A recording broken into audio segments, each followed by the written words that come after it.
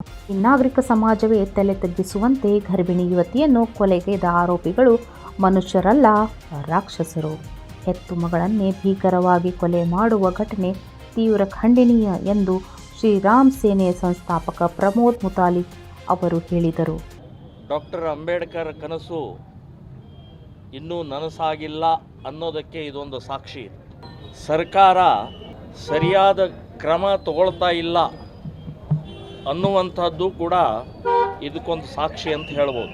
ಹೊಡೆದವರಿಗೆ ಅವರಿಗೆ ಹೃದಯ ಅನ್ನುವಂಥದ್ದು ಇಲ್ಲ.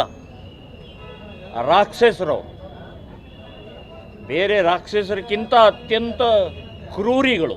ನಗರದ ವಿವೇಕಾನಂದ ಆಸ್ಪತ್ರೆಯಲ್ಲಿ ಚಿಕಿತ್ಸೆ ಪಡೆಯುತ್ತಿರುವ ವಿವೇಕಾನಂದ್ ದೊಡ್ಮನಿ ಕುಟುಂಬದವರ ಆರೋಗ್ಯ ವಿಚಾರಿಸಿ ಬಳಿಕ ಮಾಧ್ಯಮದವರ ಜೊತೆಗೆ ಮಾತನಾಡಿದ ಅವರು, ಈ ಘಟನೆಯನ್ನು ಶ್ರೀರಾಮ್ ಸೇನೆ ತೀವ್ರವಾಗಿ ಖಂಡಿಸುತ್ತದೆ.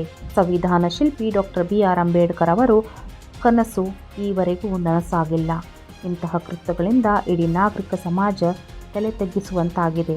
ದಲಿತ ಯುವಕರು ಯಾರನ್ನೂ ಪ್ರೀತಿಸಬಾರದೇ, ಮದುವೆ ಆಗಬಾರದೇ ಎಂದು ಪ್ರಶ್ನಿಸಿದರು. ಒಂದು ಸಣ್ಣ ಮಗು ಇದೆ, 1ನೇ ಕ್ಲಾಸಿನ ಮಗು, ಅದನ್ನೂ ಬಿಟ್ಟಿಲ್ಲ. ಮತ್ತು ಸ್ವಂತ ಮಗಳನ್ನ ಬಸುರಿ ಆಗಿದ್ದಾಳೆ, ಪ್ರೆಗ್ನೆಂಟ್ ಆಗಿದ್ದಾಳೆ. ತನ್ನ ಮೊಮ್ಮಗನೋ ಮೊಮ್ಮಗಳು ಹುಟ್ಟುತ್ತಾಳೆ. ಎಲ್ಲರಿಗೂ ಖುಷಿ ತರುವಂಥ ವಿಷಯ ಅದು. ಆ ಹೊಟ್ಟೆಗೆ ಅವರು ಕೊಡ್ಲಿ ಹಾಕ್ತಾರೆ, ಕುರುಪಿ ಹಾಕ್ತಾರೆ ಅಂತಂದರೆ ಇವನು ತಂದೆನೋ ಅಥವಾ ಏನು ಮನುಷ್ಯತ್ವ ಇದೆ ಇವನಿಗೆ? ರಾಕ್ಷಸ ಅವನು.